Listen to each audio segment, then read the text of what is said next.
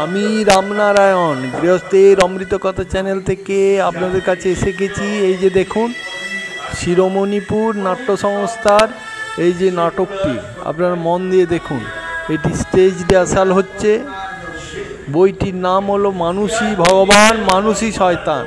আপনারা ভালো করে দেখুন, মন দিয়ে দেখুন। সবগুলোকে ভুলে একটা দুঃস্বপ্ন ভেবে নতুন করে বাঁচার চেষ্টা করবে। আমার মতো বাবার যে বড্ড অসহায়, আমি যে বুঝতেই পারিনি কখন একটু একটু করে আমার স্বপ্নগুলো চোখের পাতা থেকে হারিয়ে যাচ্ছে। বাবু চলুন না এখান থেকে। আমার একটা ছোট্ট ঘর আছে, সেখানে গিয়ে আমরা নতুন একটু সুখ খুঁজি। জানিস বিহারি, আমার বাবা আমাকে খুব দায়িত্ব করে বলে দিয়েছিল, এটা তোর কাছে ঘর বাড়ি আমি দায়িত্ব করে রেখে গেলাম, এটা তুই ভালো করে যত্ন করে রাখিস। বাবু জানিস বিহারি, সুখ হচ্ছে একটা ঘন কুয়াশা, তাকে তো খুঁজে পাওয়া যায় না রে বিহারি। রাস্তা থাকবে সেদিকেই চলে আসবে। বন্যার ছবি মহাপদ দেখেছিস বিহারি? কত বড় বড় বাড়িকে জলে তুলে ভাসিয়ে দিয়ে চলে যায়। আমরা তো একটা মানুষ মাত্র রে বিহারি। বাবু আমরা কি তাহলে কিছুই করতে পারবো না?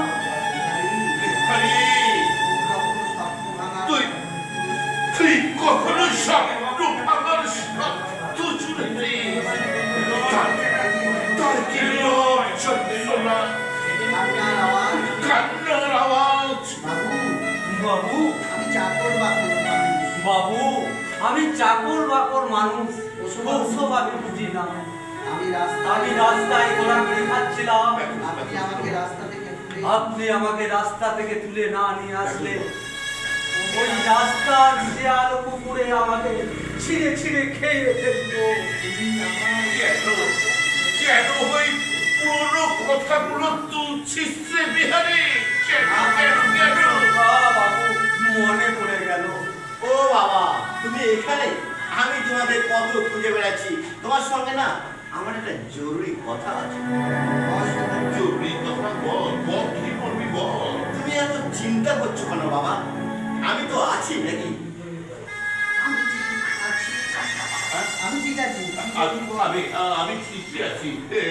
বল কি বলবি বল। বাবা, আমি একটা বড় কোম্পানির সাথে কথা বলেছি। আমাদের এই বাড়ি জায়গা সব নিয়ে একটা কারখানা করবে, আর তার জন্য অবশ্য অনেক টাকা দেবে। তাছাড়াও এই গ্রামের বেকার ছেলেমেয়েরা সেখানে কাজ পাবে। এটা তুমি কি বলছো? এটা বাবুর বাবার ভিটে। বিহারি, আমি তোর সঙ্গে কথা বলতে আসিনি, এটা আমাদের ফ্যামিলি ম্যাটার। বিহারি, ওরা এই ভিটে বাড়ি বসে না রে, বসে না। ওরা তো এই যুগের ছেলে বিহারি। এরা এখানে বড় বড় অট্টালিকা ভেঙে, বাড়ি ভেঙে বড় বড় অট্টালিকা